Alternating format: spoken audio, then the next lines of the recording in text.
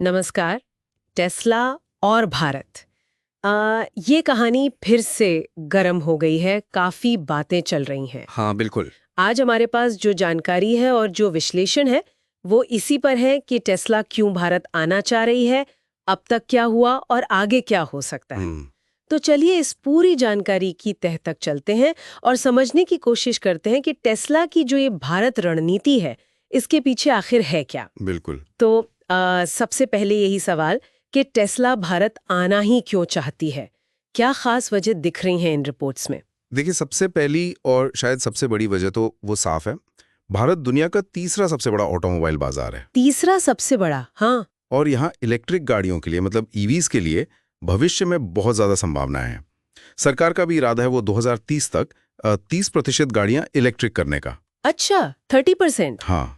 तो ये आंकड़े किसी भी बड़ी कंपनी, खासकर टेस्ला जैसी ईवी लीडर के लिए, इनको नजरअंदाज करना तो मुश्किल है। हाँ, ये बाजार का साइज तो समझ आता है, लेकिन एक बात जो मुझे बड़ी दिलचस्प लगी, कुछ रिपोर्ट्स कह रही हैं कि भारत में प्रोडक्शन कॉस्ट वो चीन से भी कम हो सकती है। इसमें कितना दम है? हाँ, ये एक बहुत अहम पॉइंट है जिस पर रिपोर्ट्स काफी जोर दे रहे हैं। अगर ऐसा होता है तो भारत टेस्ला के लिए सिर्फ एक बड़ा बाजार नहीं रहेगा, बल्कि एक ग्लोबल मैन्युफैक्चरिंग और एक्सपोर्ट हब भी बन सकता है। मतलब मेक इन इंडिया वाला एंगल। बिल्कुल, मेक इन इंडिया पहल के साथ ही एकदम फिट बैठता है।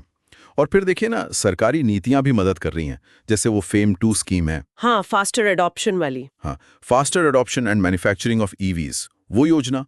फिर जीएसटी में इतनी बड़ी कटौती हुई, 28% से सीधा 5% कर दिया था ईवीज पर। हाँ, वो तो बहुत बड़ा कदम था। और चार्जिंग इंफ्रास्ट्रक्चर पर भी सरकार का जोर है। और अब तो ये भी सुनने में आ रहा है कि लोकल मैन्युफैक्चरिंग के लिए खास रियायतें देने का भी प्रस्ताव है। मतलब माहौल बनाया जा रहा है, सिर्फ बाजार नहीं बल्कि बनाने की जगह के तौर पर भी भारत को आकर्षक दिखाया जा रहा है। और यहाँ जो पहले से प्लेयर्स हैं, hyundai है, टाटा तो है ही, एमजी, अरे अब तो BYD भी है। हाँ, BYD भी तेजी से बढ़ रही है। तो इनसे मुकाबला भी तो है। शायद टेस्ला इस रेस में अब पीछे नहीं रहना चाहती। अच्छा, तो ये तो हुई वजह, लेकिन इस कहानी में अब तक हुआ क्या है, टाइमलाइन क्या कहती है? हाँ, ये सफर थोड़ा लंबा रहा है। पहली बार बात उठी थी शायद 2016 के आसपास। अच्छा, इतना पहले? हाँ, फिर 2021 में बैंगलोर में उन्होंने कंपनी रजिस्टर भी कर ली थी, लेकिन फिर 2022-23 में मामला थोड़ा अटक गया। वो कस्टम ड्यूटी वाला चक्कर था शायद। बिल्कुल, खासकर वो आयात शुल्क और लोकल मैन्युफैक्चरिंग की शर्तों पर थोड़ी असहमति थी, तो देरी हुई। अब 2024-25 में मतलब हाल फिलहाल में बातचीत का दौर फिर से शुरू हुआ है, मूल्यांकन चल रहा है, इसीलिए ये मुद्दा फिर से इतना गर्म है। तो इस बार क्या रणनीति कुछ अलग या अगली है? पिछली बार तो शायद बात सिर्फ बनी बनाई गाड़ियां लाने पर अटकी थी, अब क्या फोकस है? इस बार जो विश्लेषण आ रहे हैं वो साफ तौर पर भारत में फैक्ट्री लगाने की योजना पर फोकस कर रहे हैं। फैक्ट्री?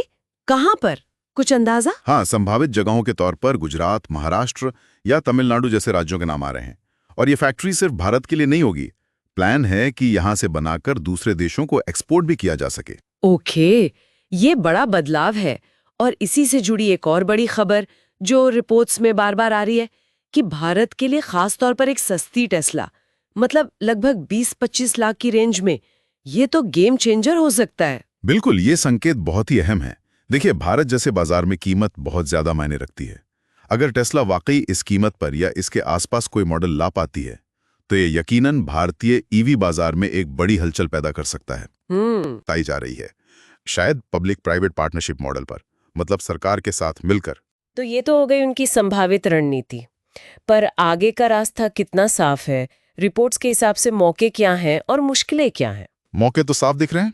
बड़े शहरों में, खासकर मेट्रो में, लोग तेजी से ईवीज अपना रहे हैं। हाँ, दिख रहा है ये तो। लग्जरी ईवी सेगमेंट में अभी भी कंपटीशन उतना ज्यादा नहीं है, टेस्ला के लिए वहां जगह है। और जैसा हमने पहले कहा, भारत एक अच्छा एक्सपोर्ट बेस बन सकता है, खासकर दक्षिण पूर्व एशिया और मिडल ईस्ट के बाजारों के लिए। लेकिन चुनौतियां भी तो होंगी, जाहिर है। हाँ बिल्कुल, चुनौतियां भी कम नहीं हैं। सबसे बड़ी चिंता शायद चार्जिंग इंफ्रास्ट्रक्चर की ही है, अभी भी उतना मजबूत नहीं है, खासकर अगर आप छोटे शहरों या हाईवे की बात करें। सही बात है। दूसरा, जो सबसे ज्यादा गाड़ियां बिकती हैं वो 15 लाख से कम कीमत वाली हैं। उस सेगमेंट में अभी भी अच्छी भरोसेमंद ईवीज की थोड़ी कमी है। और अगर टेस्ला सिर्फ इंपोर्ट करती है, फैक्ट्री नहीं लगाती, तो वो भारी कस्टम ड्यूटी हमेशा एक बड़ी रुकावट रहेगी। और सड़कें, बिजली? हाँ, वो भी चिंताएं हैं। मतलब भारत की सड़कों की हालत और पावर सप्लाई की क्वालिटी और स्टेबिलिटी, ये भी फैक्टर्स हैं जिन पर ध्यान देना होगा। तो अगर हम इन सब बातों को एक साथ रखें तो जो जानकारी हमारे पास है उसके आधार पर टेस्ला के भारत में कामयाब होने के चांसेस कितने लगते हैं, मतलब रिस्क रिवॉर्ड कैसा है? देखिए, जो जानकारी उपलब्ध है उसके आधार पर एक मोटा मूल्यांकन करें तो बाजार की क्षमता यानी मार्केट पोटेंशियल, वो तो बहुत ऊंची आंकी गई है, करीब 4 स्टार। Okay, 4 stars. हाँ, कंपटीशन मतलब प्रतिस्पर्धा, उसको मध्यम माना गया है 3 स्टार। 3 स्टार्स। यानी मुकाबला है पर जगह भी है। रेगुलेटरी रिस्क यानी नियमों से जुड़ा जोखिम, वो अभी भी थोड़ा है, शायद 2 स्टार। 2 स्टार्स। लेकिन टेस्ला की ब्रांड वैल्यू वो जबरदस्त है, पूरे 5 स्टार। और भारत की मैन्युफैक्चरिंग क्षमता वो भी तेजी से बढ़ रही है, उसे 4 स्टार दिए गए हैं। तो इन सब का निचोड़ क्या निकलता है?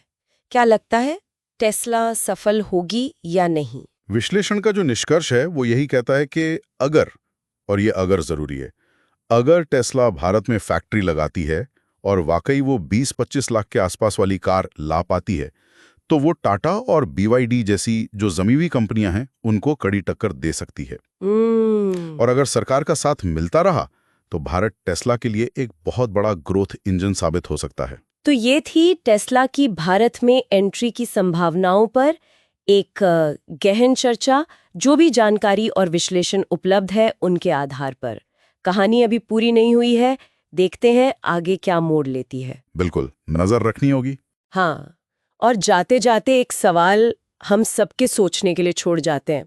रिपोर्ट्स में ये 20-25 लाख वाली टेस्ला का जिक्र तो है, पर क्या ये कीमत वाकई भारत के एक बड़े तबके के लिए किफ़ायती मानी जाएगी, या इस कीमत पर भी टेस्ला मूल रूप से एक प्रीमियम सेगमेंट की खिलाड़ी ही बनी रहेगी?